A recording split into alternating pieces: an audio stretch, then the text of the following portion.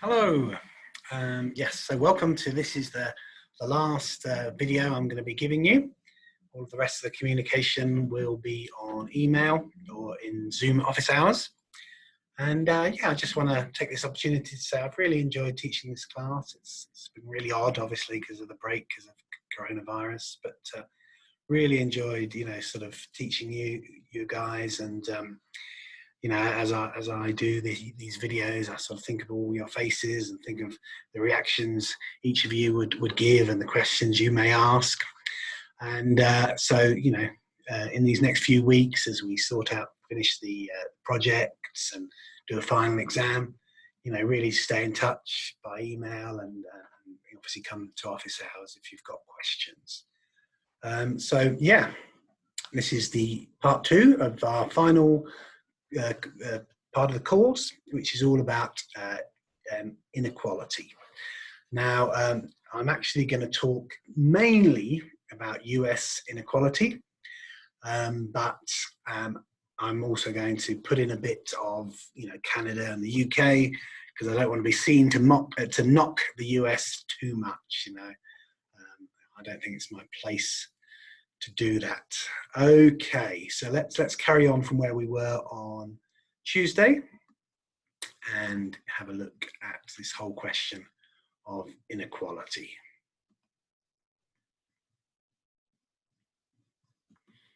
So this goes, so we'll have to start at the beginning. And remember, we went through all these different things: inequality, Gini coefficient, and all these sorts of things. And we came back to an area where that confuses us a bit, because obviously we can talk about inequality of income. Obviously, some people earn more than other people. But if you think about it, real wealth, most rich people don't work. Really rich people, we're talking about top 1%, and even maybe the top 2, 3, even maybe towards, well, no, not the top 5%, but let's say the top 2 or 3%. Most of their wealth will be in stocks and shares, will be in currency, will be in sort of long-term accounts, will be in property. And so it will be passive income streams. But when I say passive income streams, is that they don't have to do anything to earn that money. And that's what we really call wealth. Obviously clever people, even if they're still working, will be building up their wealth, maybe getting a little apartment to rent out somewhere, or getting a stock portfolio and stuff like that. So wealth is not only concentrated in the extremely wealthy, but it is more unequal than wages, because most of the world earns a wage, but not so many people have an extra property that they can rent, or some sort of Airbnb that they're making money out of, or some sort of stock portfolio, or some investment in gold or something like that. And so when it comes to wealth inequality, this blue line here, that's much more, even in Sweden, which is like the poster child of this modern, equal, progressive Western country. Wealth inequality is actually worse than in the US, which I'm saying, the US is very, very unequal. And so it's interesting to look at that. And so that's where inequality is sometimes a little bit difficult to get at. People say about the terrible wage gap between, say, the African American community in the US and the white community in the US. And there is a wage gap, but that's very little compared to the wealth gap between white America and the African American America. And that's obviously all about property ownership, and then other forms of wealth that we'll look at in a minute. So always try and think, when we're talking about inequality, are we talking about wealth? Are we talking about wages? And so, for example, wages in Sweden are pretty much the same in terms of inequality as they are in the US. But because of, you know, quite serious tax system in Sweden. And, you know, people are genuinely happy to pay those taxes. You know, that in terms of disposable income, it's less unequal than when the wages were originally given. So there's these three elements of inequality, and usually when you come to an index, they're a bit mixed. As we'll see, we'll be looking at some measures of inequality in particular countries later on, and it's sometimes difficult to know what measure they're using. You know, so you know, when you hear about someone talking about inequality, you've got to ask yourself, okay, what type of inequality? Is that wealth inequality? Is that earnings before taxes or earnings after taxes? Okay. Now, another way to look at all this, you know, in terms of inequality, is the whole question of the different, what we call quintiles of a society. And we touched upon this when we looked at the Gini coefficient. But, you know, if you think about like society, you could break it into, you know, different percentages of wealth. So you've got the bottom 20%, you know, and that would be the bottom quintile. People that are between the 20% and 40% of the wealth distribution. That's the fourth quintile.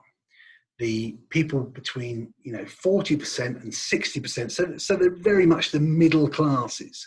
We call that the middle quintile. And then you think about, you know, the people from 60 to 80, and that's the second quintile, and then the people from 80 to 100%, they're the top quintile, the top 20%. And it's very, very interesting because obviously we've shown that since the 80s and especially the 90s, early 90s, the US economy has grown massively. It's grown exponentially. You know, obviously the GDP per capita has grown massively. And we see that 61,000 sort of GDP per capita in the US, much more than Canada, much more than the UK, much more than France. But the question is, what part of society has received that extra growth, that extra money? And so it's quite interesting if you look at it. So you've got this line at the top, which is just the top 5%.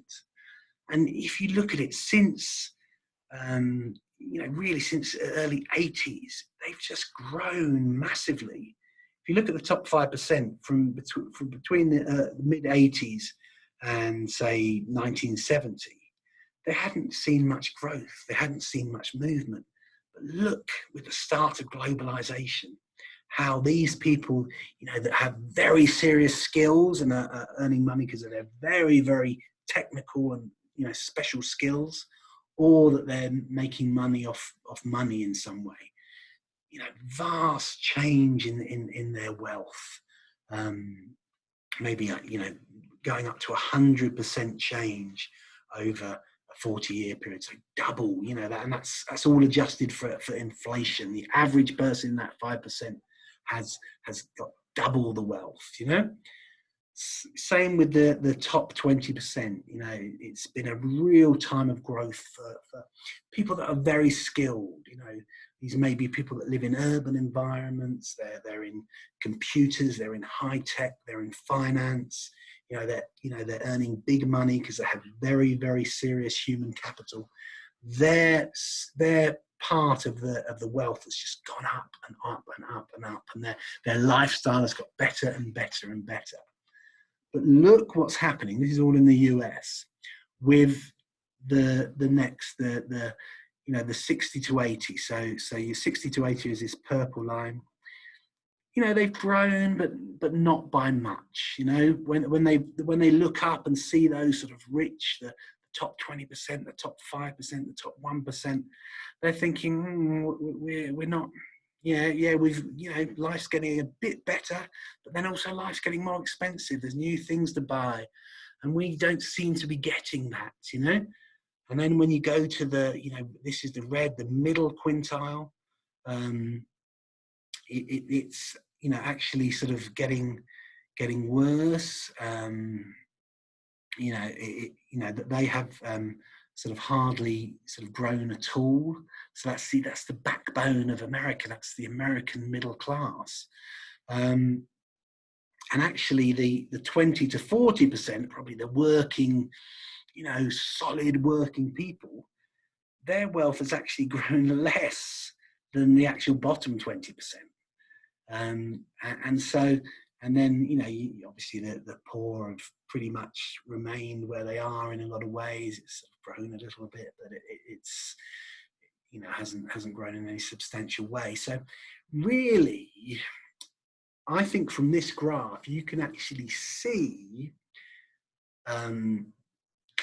you know, I remember when we started off this whole course with Alexandria Ocasio-Cortez, Congresswoman Ocasio-Cortez, saying that, you know, it's terrible you've got billionaires and it's terrible you've got people on the streets.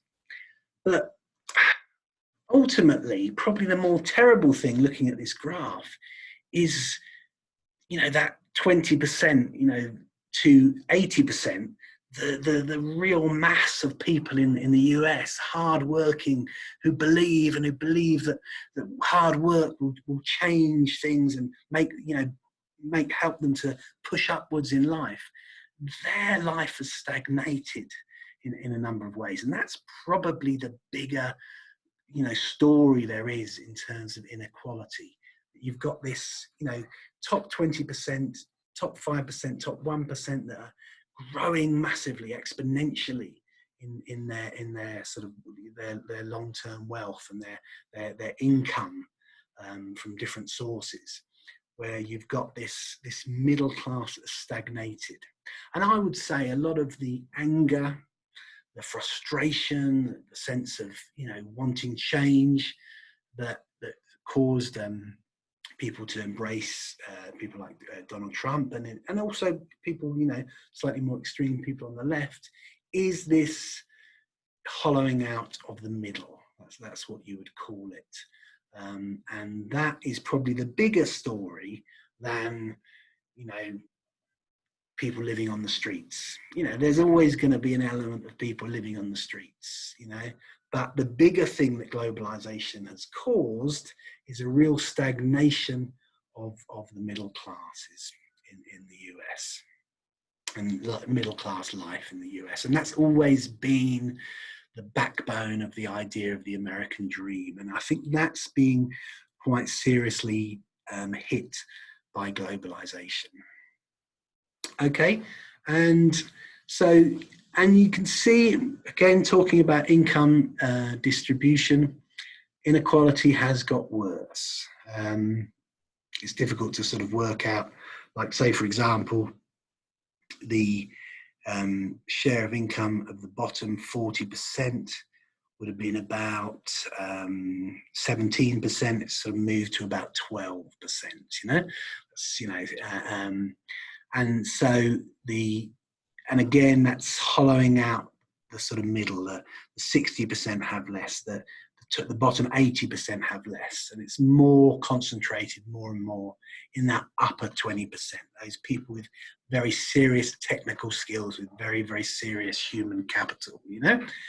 The idea of just straight hard work will get you somewhere is a little bit, you know, difficult to sustain now when you start to see these sorts of results, because unless you've got those particular skills and you've invested in those skills, it's going to be very hard for you to break in to that top 20%.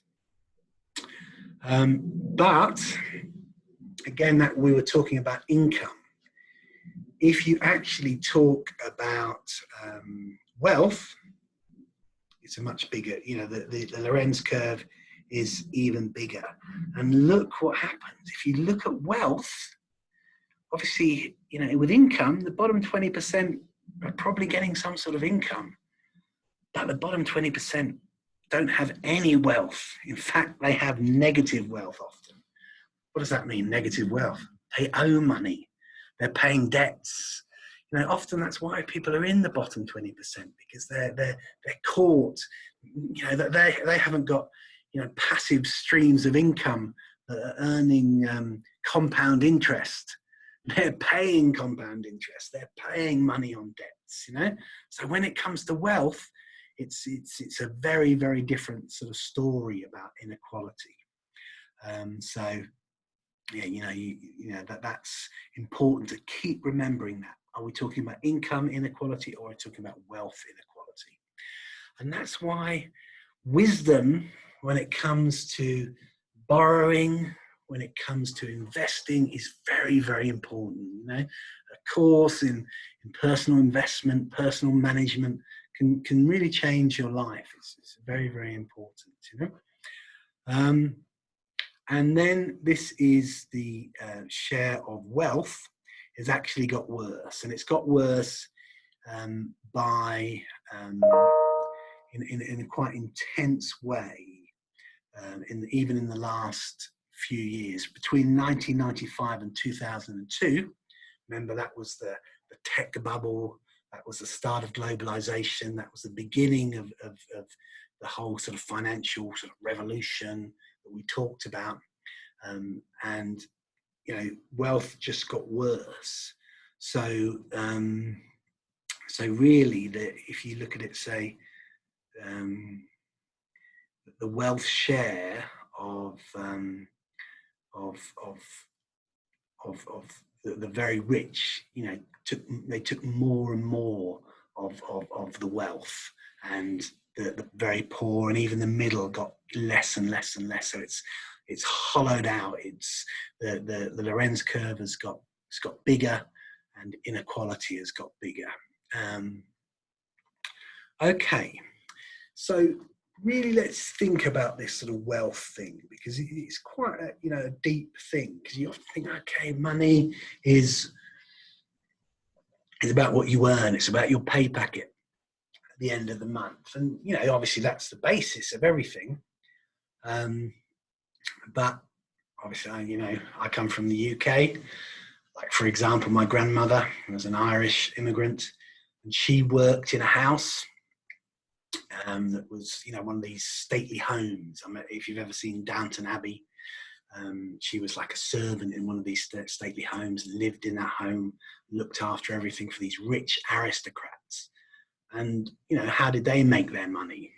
You know, they were given all this land because some forefather, you know, basically, you know, was a warrior who took it, you know, and then they became aristocrats and they became posh, and the law protected them, you know.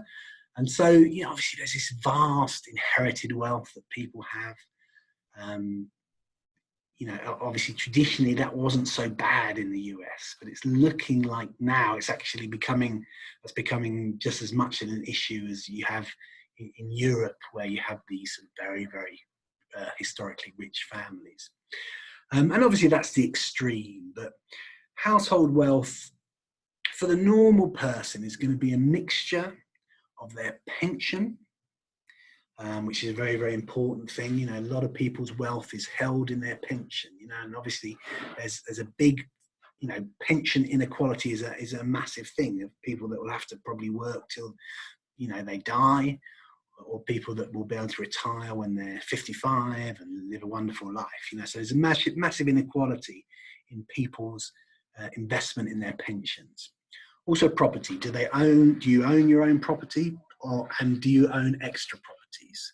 So obviously, you know, on one extreme, you've just actually got no property at all. Maybe you live in some sort of rented accommodation. The other extreme is that you own your own property and maybe another a couple of properties that you're making money off. Another is financial assets.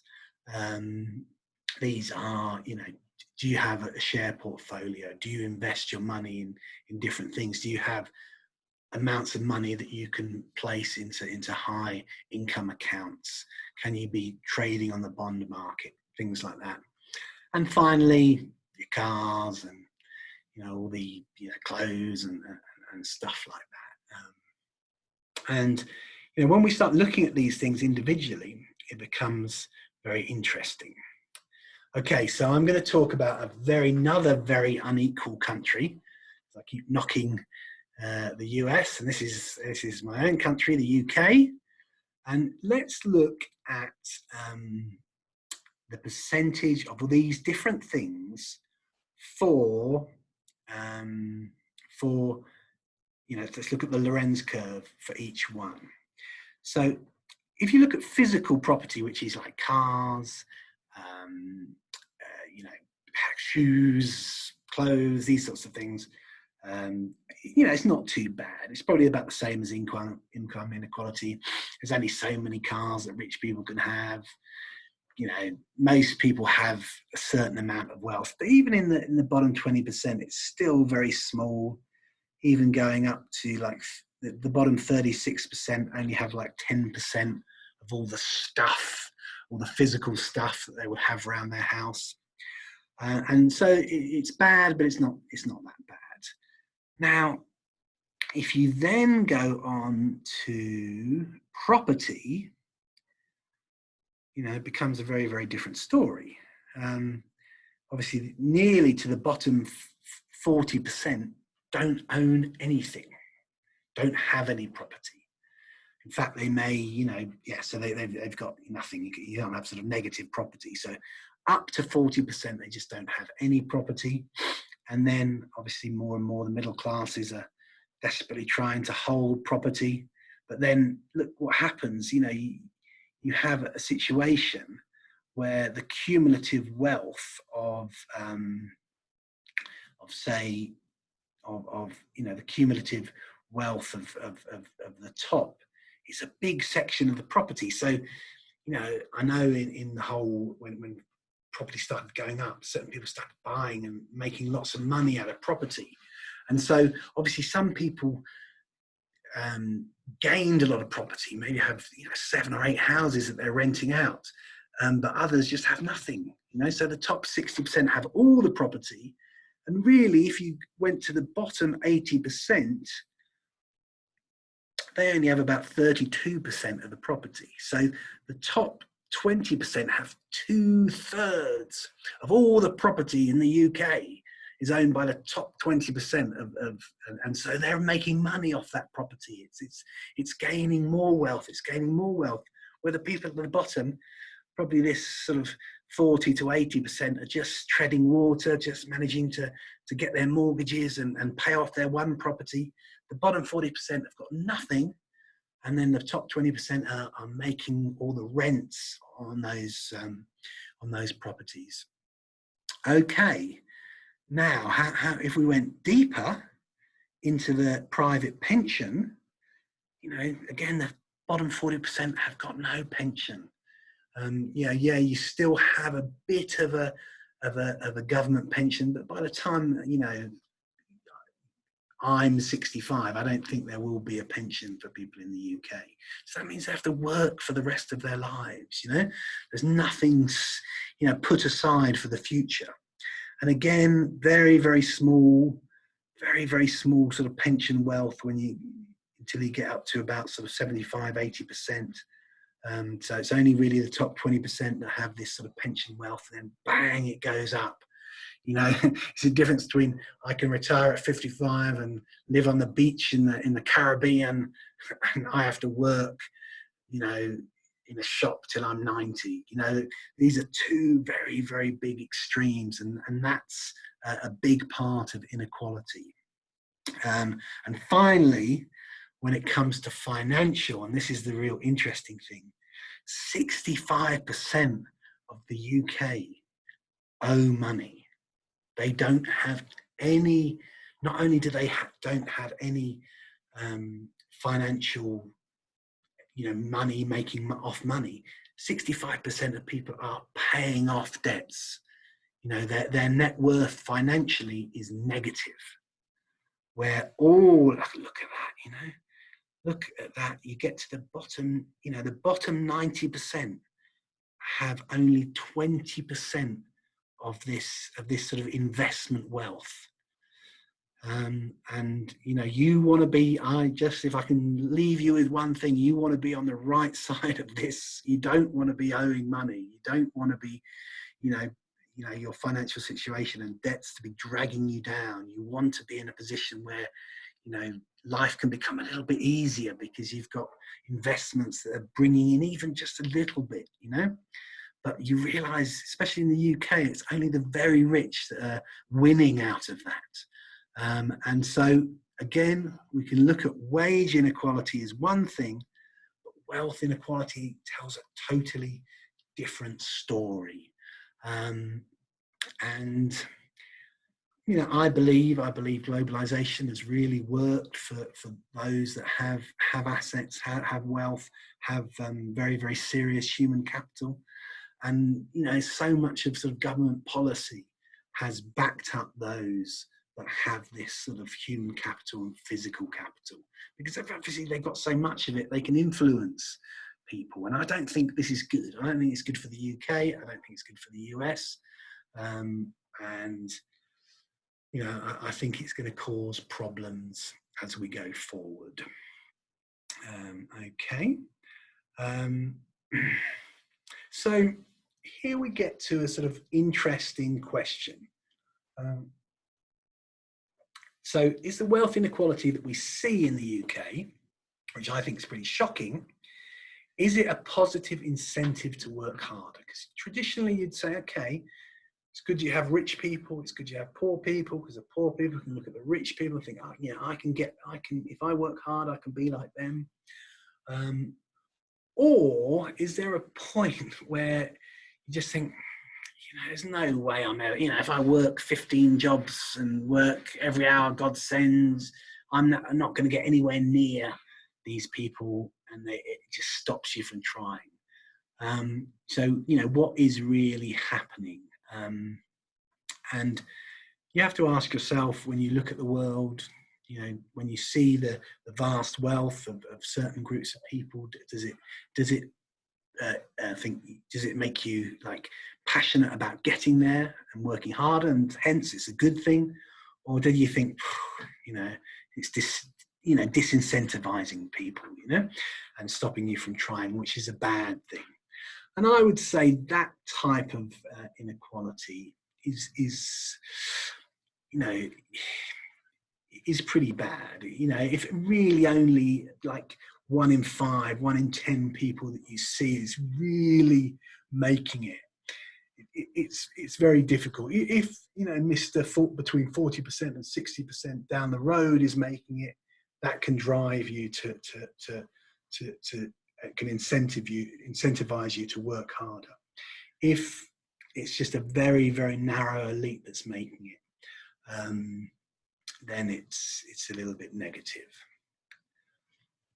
Okay, so we've been knocking the US, and I've probably knocked the US a little bit too much in this course. And so we're going to really come down to this fundamental question. We're going to end this class on, you know, Canada is a wonderful country. Everyone loves it. Everyone says it's so nice. It's, you know, that people are, you know, work hard, and you know, there's a welfare state, there's free college, there's free healthcare. You know, is it fundamentally better to be in the US or Canada? We're gonna finish off that question. We're gonna look at it in terms of inequality. And if you look at Canada, if you actually look at the level of inequality by wealth quintile, it's, you know, it's not good. So basically the top 20% own 67% of the wealth. Second 20% have 21.47% of the wealth. You know, the bottom sort of, you know, middle 20% have 9% of the wealth. The 20% to 40% have 2% of the wealth, and the bottom 20% are just in negative territory. And so that's based on 2012. And let's look at the US, and this is the whole concept of the hollowing out middle. If you look at the net worth of each quintile, between 2000 and 2011, because now we've had the financial crash and everything.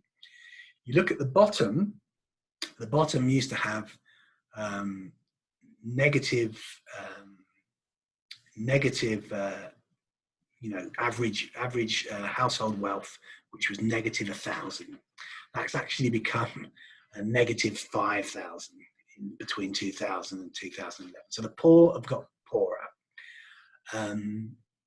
The 20% to 40% have got significantly poorer as well. Where they had a net worth of 14,000, it went down to 7,000. Hope that would have probably got a lot better since 2011, but maybe we will get worse over this next year because of the COVID thing. The middle, and this is probably the most damning, was the middle nine, had 9% of the wealth. It's gone down to by 7%, so 7% of 9%. So that's not like, it's not like, so it's gone down from 74,000 to 68,000. That's adjusted for inflation, So the middle classes are, struggling in a way that they haven't been before. And then obviously the growth has come in the 60 to 80, which, they have gone up a bit. And then the 80 to 100, they've gone up pretty significantly. So the average household wealth, look at the top, is 570. They've gone up to 632. So that means, if you think about it, this is household wealth. So in the middle bit, they've had a little bit of, maybe a little bit of equity on a mortgage. These guys maybe have paid off their houses, but these guys, the top 20%, are making big money off money. But actually, if you look at those figures, they're pretty similar to Canada. The figures in 2000, and the slight change, it's probably got a little bit worse. But generally, it's got a little bit. So if you think about the middle, Canadians have 9% of national wealth. Now 2011, so it's gone down by about so they've probably got about 8.4% of the wealth in that middle bit. So they've got a lesser share of the pie, that middle 20% in Canada. And obviously it's probably it's worse for the bottom 20% to 40%, and it's worse for the bottom 20% in the US as opposed to Canada.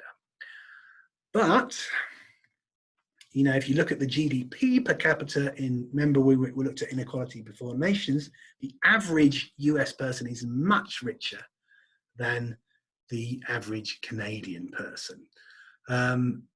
So the average US citizen is 1.3 times better off than the average Canadian. So the middle Canadian group are getting 9% of a much smaller pie. And so if you're getting 8.4% of a bigger pie, which is obviously 1.3 times, so 1.3 times 8.4 would be about 10, 11. So it's still, what I'm saying, what you can work it out, this is just off the top of my head. Unfortunately, I haven't got my board where I can show you the calculations I'm making here. But still, even in the 40% to 60% gap, you're still better off being in the US than in Canada. Being in the bottom 40%, particularly being in the bottom 20%, because of the welfare state, you're better off in Canada. But still, from the 40% upwards, which is obviously the majority of people, you're still better off being in the US. So life's, obviously you can't, think about cultural life and different things, and we're not really looking at sort of free healthcare and sort of stuff like that and how to factor into that. But basically, just your ability to buy and enjoy stuff is still better off than the top 60%. in the US. So yeah, I hope I've, obviously inequality is an enormous area, and I'll ask you a few sort of questions about it, but it's just something to think about. Think about wage inequality, think about wealth inequality, and ultimately try and be on the right side of that graph. Remember that graph I showed you about the UK, wealth inequality? When it comes to especially financial assets, virtually 65% of people are in negative territory. Please, if any advice you take from me from this course, don't be one of those 65%. Really try to be wise with your money, wise, especially with loans that you take out and credit that you do, so that you can be one of the winners in that system, rather than those that are going to end up losing through that system. Okay, yeah, that's it. As I say, it's been emotional. I've really enjoyed this course. I've really enjoyed meeting you all. It's just been a real shame that this whole COVID thing has happened in the midst of it all. And I hope you've been able to get something from these videos. And yeah, I suppose ultimately that's it. But let's be in touch by email or Zoom. Okay.